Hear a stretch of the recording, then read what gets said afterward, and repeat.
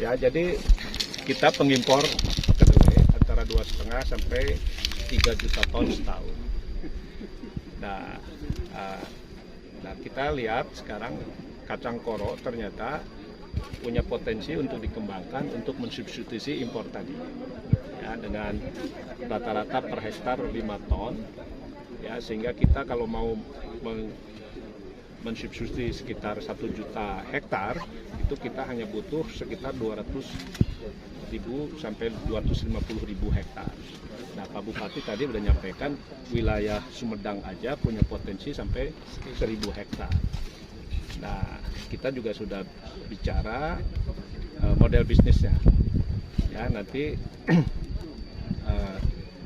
ini berbasis pengelolaannya oleh koperasi, sehingga si petani yang menjadi anggota koperasi yang menanam kacang koro ini nanti dibeli. Jadi koperasinya sebagai off-taker, sehingga ada kepastian harga, kepastian penyerapan produknya, sehingga petani bersemangat. Nah, dengan begitu juga nanti perbankan mau membiayai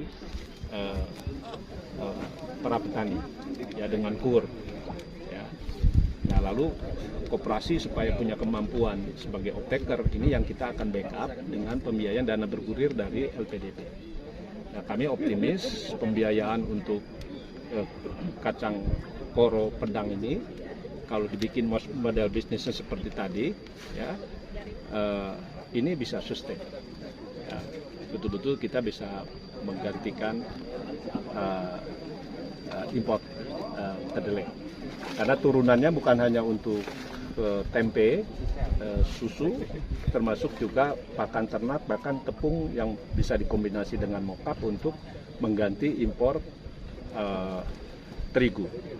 Jadi ini punya potensi untuk membangun ketahanan pangan yang sangat bagus dan melibatkan masyarakat yang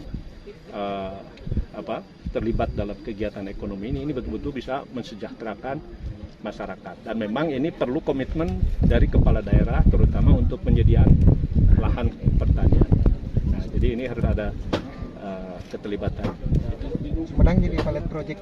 Nah, Sumedang kita jadikan piloting, kita targetkan dulu pilotingnya 100 hektar. Ya, nanti setelah itu baru kita scaling. Nah, kenapa Sumedang kita jadikan piloting? Ya, ini karena ada komitmen kepala daerah sama putra daerahnya nih, Pak Agus. Ya, Pak Agus nih yang ahli secara teknis, ya, bagaimana pengembangan kacang koroja.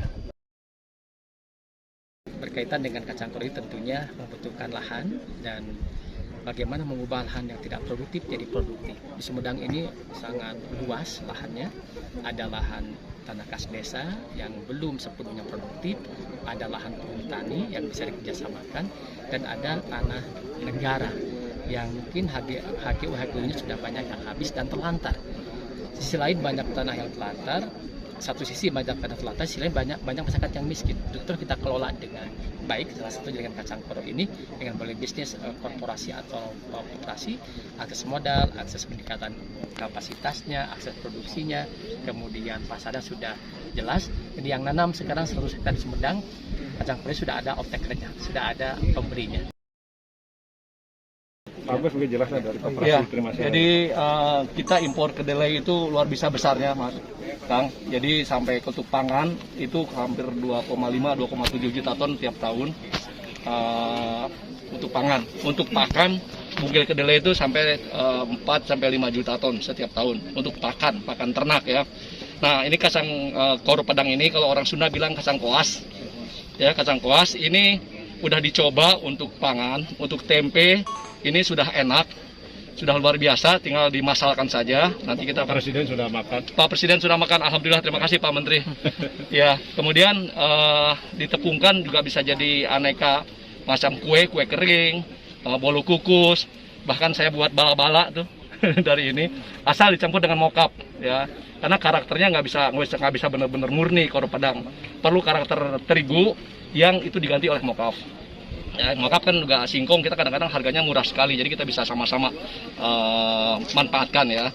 Jadi kalau kita bisa memanfaatkan kacang koro pedang ini oleh petani, ya, ditanam oleh petani, maka uang untuk impor tadi yang 2,7 juta ton, kurang lebih itu 17-18 triliun totalnya, maka setengahnya bisa kita jadikan pendapatan petani.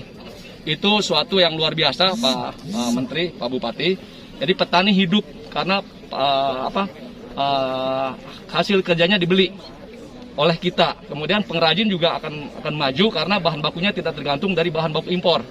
Nah, ekonomi kita masyarakat bawah akan otomatis nanti terdorong. Nah, itulah yang kita harapkan dari gerakan. Saya punya slogan baru, mari makan apa yang petani kita tanam. Nah, itu slogan ini boleh diramaikan, diviralkan, karena memang dengan memakan apa yang petani kita tanam, petani akan mendapat penghasilan yang stabil. Itu berapa tahun, Pak? Saya kira bolehlah bilang 5 tahun lah. Ya, piloting Ya, kalau piloting cepat, tapi nanti masalahnya karena ini tetap harus menjadi program bersama dengan pemerintah ya. Terutama dari pemerintah, saya mohon ada Pak Menteri bisa sampaikan ke Pak Presiden 2 hal yang kami minta ya dari para petani. Yang pertama, minta tolong korup pedang dijadikan dulu sebagai salah satu komoditas diunggulkan, komoditas strategis, supaya ada banyak policy yang bisa digunakan. Kalau tidak ada dalam listnya komoditas unggulan, itu belum bisa masuk.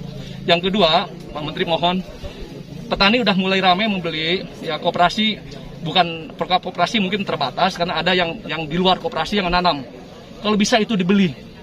Jadi mungkin Bulog katakanlah 1% dari nilai impor kedelai belikanlah ke petani, supaya apa? Ada kesempatan bagi pengrajin tempe dan lain-lain untuk mendapat barangnya. Gitu. Kalau udah ada tersedia kan bisa dipakai, dicoba. Nah, kalau sekarang saling nunggu dulu produksi dari petani yang ada di koperasi, mungkin terlambat atau telat.